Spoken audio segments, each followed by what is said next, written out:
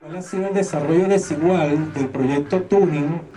El proyecto Tuning incorpora a universidades de América Latina. No es un proyecto, vamos a decirlo, estatal, en el sentido de que el Estado promueve Tuning, sino que es un proyecto que está financiado, y ustedes van viendo un poco el financiamiento de Tuning, por diferentes organizaciones, donde está también involucrada la Agencia Española de Cooperación Internacional, está vinculada a la UNESCO, está vinculada a una cantidad de instituciones, pero lo interesante del proyecto Tuning es que sin eufemismo nos puede, ¿cómo decirlo?, nos puede dar una imagen de cuáles son los propósitos fundamentales de las reformas en el subsistema de educación superior o universitaria, como se plantea en Venezuela. En América Latina este debate tuvo una alta intensidad en la primera década del año 2000. En el caso venezolano tuvo la particularidad de tener incidencia en las transformaciones que se fueron dando en el órgano adscrito al Estado vinculado a la educación superior primero y a la educación universitaria después. Yo recomendaría fundamentalmente contrastar el documento central de Proyecto Tuning del año 2007. Ellos elaboraron un documento muy denso, de 400 y pico de páginas, donde se hace una encuesta de resultados, tanto en Europa como en América Latina, entre los actores institucionales que intervienen en esta implementación de Tuning. Estos actores son primero los egresados, después los empleadores, los estudiantes y los académicos, lo llaman así. Y sobre este cuadrante van investigando hasta qué punto las reformas impulsadas por Tuning han sido aplicadas en América Latina. Algo que llama la atención, que no nos dicen mucho, es que, por ejemplo, las carreras vinculadas a fases, las únicas que estuvieron originalmente en el proyecto Tuning, son las escuelas de administración y contaduría. O sea, Tuning no habló de economía, no habló de sociología, no habló de antropología, y en humanidades solamente habló de historia. O sea, cuando ustedes ven el informe se van a dar cuenta que no todas las carreras tenían que ser homologables a la iniciativa Tuning. Y llama la atención, en cambio, que para el caso de las universidades públicas autónomas venezolanas, cuando hablamos de la Comisión Nacional de Currículo, pareciera que la aplicabilidad del currículo por competencia es generalizable a todas las carreras, sin tomar en cuenta precisamente que en Europa se dio un debate que algunas carreras, por ejemplo, para ponerles un caso, la escuela de filosofía, las escuelas de filosofía en Europa fueron una de las más resistentes porque no entendían cómo adecuar un currículo que se basaba fundamentalmente en campos temáticos o en conocimiento, en la producción de conocimiento, y que se relaboraran con base al desempeño de roles ocupacionales del filósofo en el mercado de trabajo. Entonces, allá en Europa, obviamente, creo que con sana sabiduría y prudencia dijeron, bueno, esto no es tampoco una receta que se aplica aplanando completamente las diferencias de todos los campos de conocimiento, pero hay que ver las particularidades y básicamente eso hicieron allá. Pero en cambio nosotros estamos recepcionando este proyecto de una manera muy, vamos a decirlo así, no quisiera utilizar lo que me pasó por la cabeza ahorita, muy simplona, muy simplona. ¿Qué significa eso? Imagínense en términos prácticos lo que significaría donde aparecen en los planes de estudio conocimientos, o aparecen objetivos de aprendizaje, o aparecen contenidos programáticos, lo sustituyéramos mecánicamente por competencia. Imaginémonos eso por un momento. En vez de hablar de conocimiento, en vez de hablar de contenido programático, en vez de hablar de objetivo de aprendizaje, decimos competencia. Le ponemos la palabra competencia. Y los programas los tenemos que volver a redactar con una metodología, una técnica, obviamente de enunciados que se aplican para lo que antes llamábamos conocimientos, ahora se le llama competencia.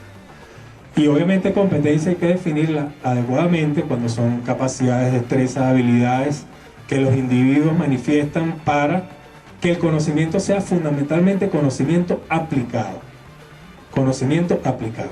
La universidad no ha generado suficientes espacios de reflexión sobre los cambios curriculares que implican abordar el paso de planes de estudios basados en conocimientos, y en algunas escuelas como esta, nuestra escuela tuvo un énfasis en el perfil profesional. Recuerden algo que no les decía, el currículo por competencia se construye como al revés, se construye desde el perfil profesional hacia el primer semestre, no se construye en función de las actividades de docencia, investigación, extensión y gestión, sino que lo primero que se identifica es los propósitos educativos del proyecto institucional. Eso es lo primero.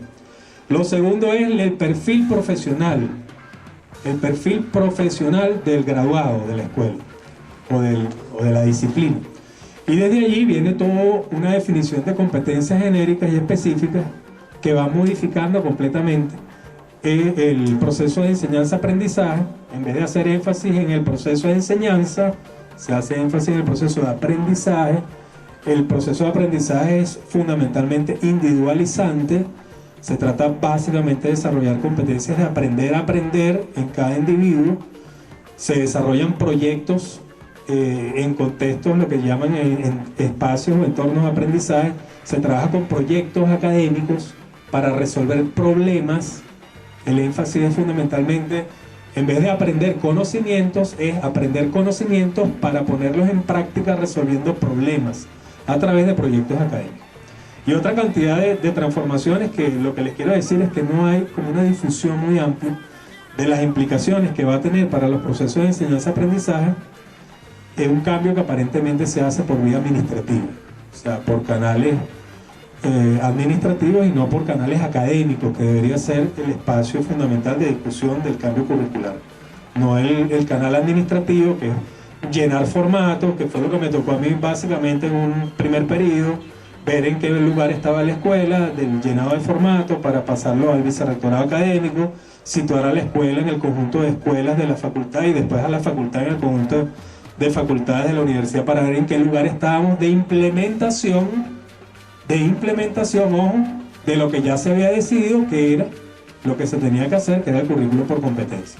Es decir, sin ninguna discusión que tenía que ver cómo cada escuela define su proyecto académico, cómo cada escuela define sus perfiles, cómo cada escuela define sus líneas de investigación, docencia. O sea, eso no era lo importante, sino que lo importante es ir ajustando, era un plan de ajuste.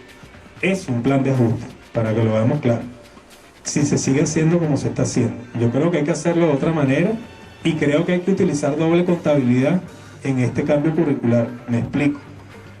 Creo que hay que utilizar programas todavía elaborados por conocimiento y los programas elaborados por competencia en una fase de evaluación.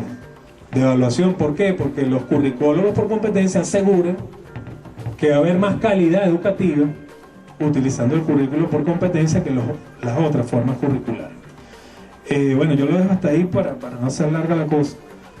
Sí, lo que quiero es sensibilizarlos, pues que busquen mucha información sobre esto. En este caso, por ejemplo, de desarrollos desiguales, ustedes comparan el caso de Colombia, que ha avanzado mucho en el currículo por competencia, y el caso argentino, que avanzó muy poco porque precisamente hubo un fuerte enfrentamiento en el campo de la Universidad Pública Argentina para adecuar los procesos de enseñanza-aprendizaje a ese estilo de diseño curricular. Y el caso de México, que es otro de los que más ha avanzado más. O sea, México, Colombia y Chile son como los tres países donde se ha avanzado más en currículo por competencia. O sea, vamos a decir el arco del Pacífico: México, Colombia, Perú y Chile. Y los otros países han avanzado con otras velocidades. En el caso venezolano, las universidades públicas autónomas, y ese es otro contexto que sería otra discusión, por el contexto sociopolítico que ha vivido el país desde el año 1998 hasta acá, ha vivido en esa permanente tensión de si este debate tiene alguna vinculación con el papel que se le quiso dar a la educación superior desde el gobierno y el papel que los rectores de las universidades públicas autónomas, así llamadas, se elaboraron para posicionarse frente al gobierno. O para decirlo más claro, hay una confrontación de modelos de enseñanza en educación superior entre lo que fue el gobierno bolivariano y las universidades públicas autónomas tradicionales. Eso es como, es un dato, pues no es un hecho. No estoy diciendo nada que sea tabú, eso es un hecho histórico. Y ese enfrentamiento no ha permitido precisamente debatir académicamente, sino más bien tratar de que cada uno vaya avanzando en su proyecto a manera de guerra de guerrillas. Como te meto por aquí, te coleo una ley orgánica de educación, y por el otro lado te coleo por aquí tuning en todas las escuelas y facultades. Entonces todavía no hay un punto de encuentro, para decirlo así, de encuentro académico, de debate en profundidad de cuál es la finalidad fundamental de la educación superior en este momento. Y tanto así que, por ejemplo, para darles un dato, la Ley Orgánica de Educación, la acreditación sigue siendo por conocimiento. En la Ley Orgánica de Educación no aparece la palabra competencia por ningún lado, currículo por competencia, nada de eso. Pero si nosotros vemos el plan estratégico de la Universidad Pública Autónoma, en casi todas aparece en el debate curricular la implementación del currículo por competencia. Entonces ahí que tenemos, obviamente tenemos un conflicto que debe ser manejado de manera prudencial y con mayor profundización en la reflexión para que la comunidad vaya decidiendo, la comunidad universitaria vaya decidiendo precisamente qué permite efectivamente alcanzar los diferentes criterios de educación superior, tanto la calidad, que es uno de ellos, pero también está la equidad, la inclusión, la justicia, etcétera, etcétera, que están allí presentes y que pareciese, por lo menos a nivel inicial, que la educación por competencias está todavía en la onda de una comprensión muy pragmático, instrumental, operacional de la vinculación entre universidad y empresas privadas y empresas también públicas, porque hay de lado. Ya para finalizar, les quiero recomendar un trabajo para la gente que esté interesada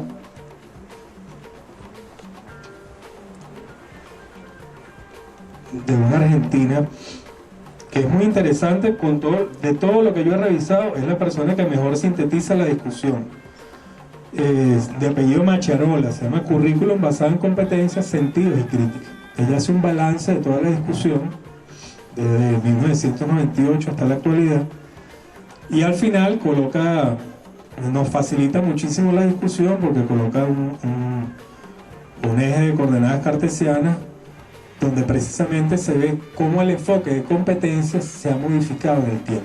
En América Latina sobre todo se modificó radicalmente, y sobre todo en Colombia. En Colombia, básicamente porque el magisterio colombiano tiene una fuerza sindical bastante fuerte, igual que el magisterio mexicano, ellos lograron incorporar claro, no fue oponerse al currículo por competencia, fue redefinir el currículo por competencia. Y lo redefinieron con base a una incorporación al concepto, del concepto de competencia a competencias de carácter ético, de carácter sociopolítico, de carácter ciudadano, de carácter de lucha de género. Incluso en Bolivia hay también competencias vinculadas a las luchas indígenas. Entonces se enredó un poco el papagayo inicial de las competencias, y esa es una estrategia o una táctica para abordar el tema del currículo por competencia: modificar el sentido de la definición, incorporar otros atributos al tema de la competencia, y sobre todo conservar un poco el perfil diverso con relación al rol ocupacional de cada una de las carreras. En el caso del sociólogo, por ejemplo, el sociólogo es simplemente una persona que trabaja en recursos humanos en la empresa. O sea, el sociólogo es sociología de relaciones industriales, sociología es administración de recursos humanos, pudiese ser, pero no es lo único que pudiese ser. Puede ejercer la profesión liberal o profesionales de libre ejercicio los sociólogos, sí lo pueden hacer. Pueden trabajar en el diseño, implementación y evaluación de políticas públicas, sí lo pueden hacer. Pueden trabajar en comunidades y en proyectos de comunidades, tanto socioproductivos como proyectos de organización de comunidades, también lo pueden hacer. Pueden trabajar en el plano de la docencia y la investigación también. Entonces, por eso el tema del perfil del profesional del oficio, pues lo que llaman el oficio, es fundamental discutirlo, conversarlo, porque de allí se derivaría después toda vamos a decir, la espina de pescado que propone el diseño de currículo por competencia. Si se hace solo una salida curricular, mira, los sociólogos van a trabajar específicamente en manejando conflictos sindicales. Entonces haces un currículo para manejar conflictos sindicales. El sociólogo es, cosa que no es, un cuadro revolucionario. Entonces hace un currículo que hace el Partido Marxista-Leninista, hace un currículo de formación. El sociólogo es un investigador académico que se dedica fundamentalmente al eje teórico-metodológico de la sociología, de la disciplina. Se hace un currículo en la malla curricular, ¿me explico? Entonces, si no está clara la imagen y el rol ocupacional del sociólogo, todo el debate sobre currículo de competencia puede ser llenar formatos y cambiar nombres. Como nos dijeron una vez en la primera reunión que fui al consejo de escuela, un profesor de teoría que estaba en Japón, ¿cómo se llama? Hugo. Hugo me dijo, Javier, no te enredes, en la escuela, en la Universidad Católica, lo que hicimos fue llenar los formatos y cambiar los programas, y eso fue todo. Y se satisfizo la demanda. Eso también se puede hacer, pero yo creo que eso es como piratear un poco la discusión. En todo caso, si me preguntan a mí, yo creo que hay que mantener un currículum de doble conformación, tanto por conocimiento como por competencia, readecuando las competencias a una discusión a profundidad de las implicaciones que tiene eso. No creo que eso sea una simple aplicación administrativa. Quiero finalizar diciendo, yo creo que el momento es de reflexión del plan de estudio, de reflexión de pensum y de reflexión también curricular, para tratar de ver cuáles son las debilidades y fortalezas que tiene la escuela y, claro, montarnos en la discusión. Yo particularmente aconsejaría con toda la prudencia de que el debate generalmente se ha enredado por los actores institucionales, públicos, privados, políticos y sociales que están manejando este tema de la reestructuración de la educación superior en América Latina y en Venezuela.